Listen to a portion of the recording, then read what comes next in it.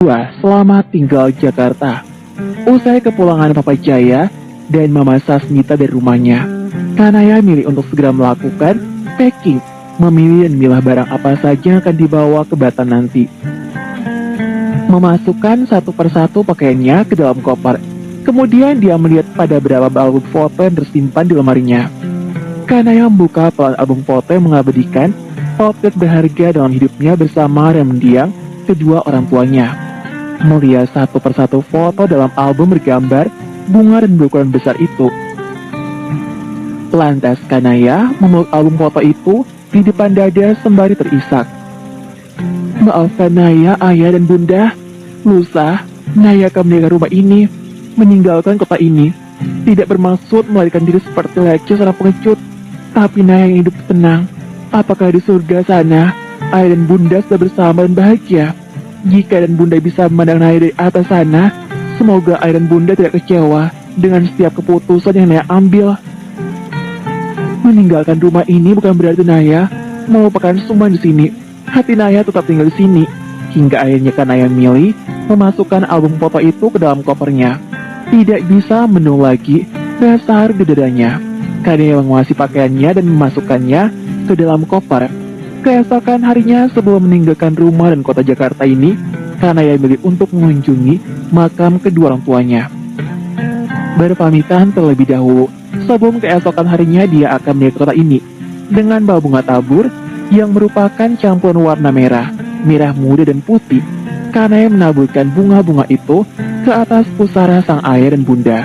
Kemudian gadis itu berjongkok di samping pusara yang memang bersebelahan itu. Ayah, bunda, Naya datang ke sini karena Naya pamitan pada ayah dan bunda. Besok pagi, Naya akan meninggalkan rumah ini, meninggal ke kota ini untuk berangkat ke kota Batam. Di sana ayah, Naya akan mulai hidup baru dan menata kembali hidup Naya. Maafkan Naya jika selalu menjadi seorang anak, Naya belum bisa membahagiakan ayah dan ibu. Maafkan Naya untuk semua kesalahan yang sudah lakukan. Saat Naya kembali dari Batam nanti, Naya akan kembali mengunjungi ayah dan bunda. Ucap gadis itu yang lagi-lagi tak kuasa menahan air mata menatap dua makam yang di dalamnya raga orang tuanya disematkan di sana. Naya pamit ayah, bunda, ucap gadis itu pamitan, seolah-olah kedua orang tuanya memang berada di sana. Perlahan Kanaya bangkit dari posisinya yang semula berjongkok. Gadis itu mencabuti beberapa rumput liar yang tumbuh di atas gundukan makam orang tuanya. Dan kemudian menyiramkan air mawar di batu nisan kedua orang tuanya. Satu tangannya terlalu guna menyentuh pahatan batu nisan di sana. Doakan Naya, ayah dan bunda, ucap gadis dalam hati sembari menyeka air matanya yang basahi pipinya.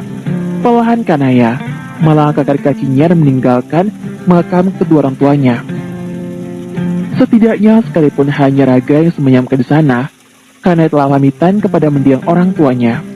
Keesokan harinya, dengan diantar oleh Papa Jaya, Mama Asmita dan Giselle, Kanaya tiba di Bandara Internasional Soekarno-Hatta.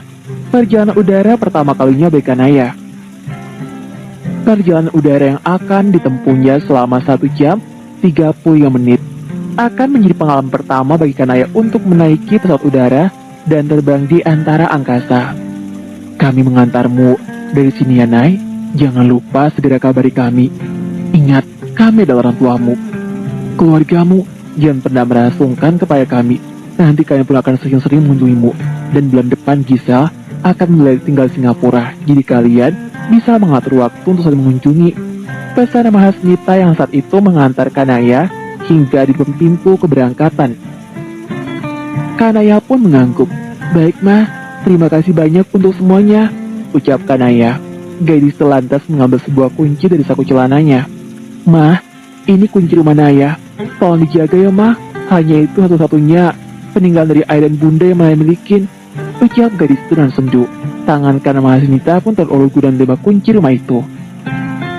Pasti Nay, kami akan menjaga dan merawatnya.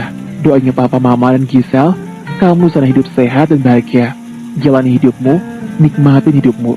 Jangan khawatirkan apapun, perkara soal Darren Papa yang akan mengadarnya.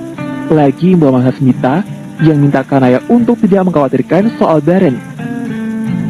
Anggukan samar terlihat dari kepala Kanaya, hingga kemudian dia meluk Mahasmita. Kita, Papa Jaya, dan Gisal satu persatu. Naya pamit ya Mah, Pa, dan Gisal, ucap gadis itu dengan berusaha sekuat mungkin untuk menahan air matanya yang kedua bola matanya terasa begitu perih dan merah. Perlahan Kanaya berjalan dengan mendorong koper-kopernya masuki pintu keberangkatan. Dia menoleh kemudian ke belakang dan melambaikan tangan kepada Mahasmita, Papa Jaya, dan juga Gisal. Tercetak jelas di wajah-wajah orang yang mengasihinya dan pedulikan dengan tulus. Tidak mempedulikan bahwa Kanaya sebenarnya hanyalah orang asing dari keluarga Crazy Rich tersebut. Setelah melakukan check-in dengan mencetak tiket dan memasukkan koper-koper ke dalam bagasi pesawat, Kanaya berjalan hingga di ruang tunggu, menunggu pemberitahuan dari pihak maskapai untuk mempersilakan penumpang masuki pesawat. Kurang lebih hampir 1 jam, Kanaya duduk di ruang tunggu, mengisi waktu 1 jam tersebut dengan menambah bab baru untuk novelnya. Hingga akhirnya dia berjalan, memasuki pesawat udara, memilih duduk di dekat jendela. Dengan maksud dia bisa mengabadikan pemandangan dari udara perdananya kali ini. Akan tapi baru beberapa menit Kanaya terduduk, ada seorang turut duduk di sebelahnya. Pria tampan dengan tubuhnya mengeluarkan aroma Woody yang begitu maskulin. Kanaya terkesiap dengan semerbak aroma parfum dari pria yang kini duduk di sebelahnya itu. Kemudian Kanaya sedikit menoleh guna memandang siapa pria yang duduk di sebelahnya. "Dokter, bagaimana dokter bisa berada di sini?" tanya Kanaya nampak kaget dengan pria yang duduk di sebelah ternyata tidak lain dan tidak bukan Dokter Bisma. Hal yang sama pun membuat Dokter Bisma terkaget melihat Kanaya yang kini duduk di sebelahnya. "Hai Nay, bagaimana kau bisa berada di sini?" tanyanya dengan wajah yang seolah percaya. "Ke Batam," tanya Dokter Bisma lagi kepada Kanaya. "Iya, ke Batam," jawabnya disertai dengan anggukan kecil. Dokter Bisma lantas tersenyum. "Apakah dia juga bagian dari kebetulan? Bagaimana bisa kita selalu bertemu dalam hal yang serba kebetulan seperti ini? Jadi, katakan untuk apa kau pergi ke Batam?" Kanaya pun tersenyum kemudian menggelengkan kepalanya. "Dokter dulu, untuk apa dokter pergi ke Batam?" Gadis justru melempar pertanyaan yang sama kepada Bisma. "Oh, itu karena mulai besok aku bekerja di salah satu rumah sakit swasta di Batam. Aku mengambil spesialis anak di Singapura, National University of Singapore. Jadi beberapa bulan yang lalu aku mendaftar di salah satu rumah sakit swasta terbesar di Batam.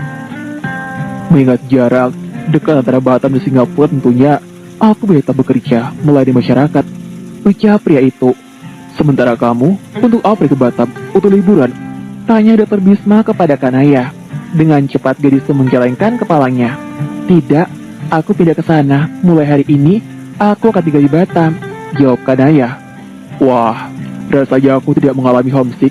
Setidaknya aku punya seorang teman di Batam nanti," ucap Dokter Bisma yang nampak senang saat mengetahui ternyata Kanaya pindah ke Batam.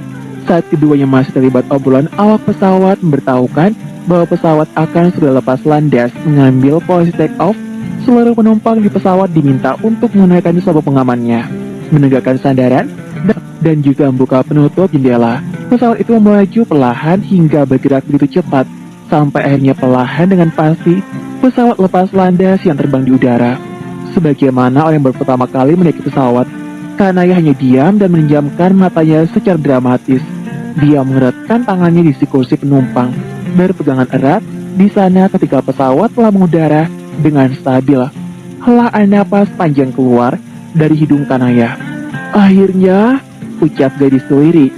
Dokter Bisma yang mengamati setiap gerik-gerik Kanaya pun tersenyum. "Kita aman, Nay, jangan takut," ucap pria itu sembari tergelak. Bajunya Kanaya begitu lucu saat menahan rasa takutnya dengan memegang erat tangan kursi dan menjamkan mata.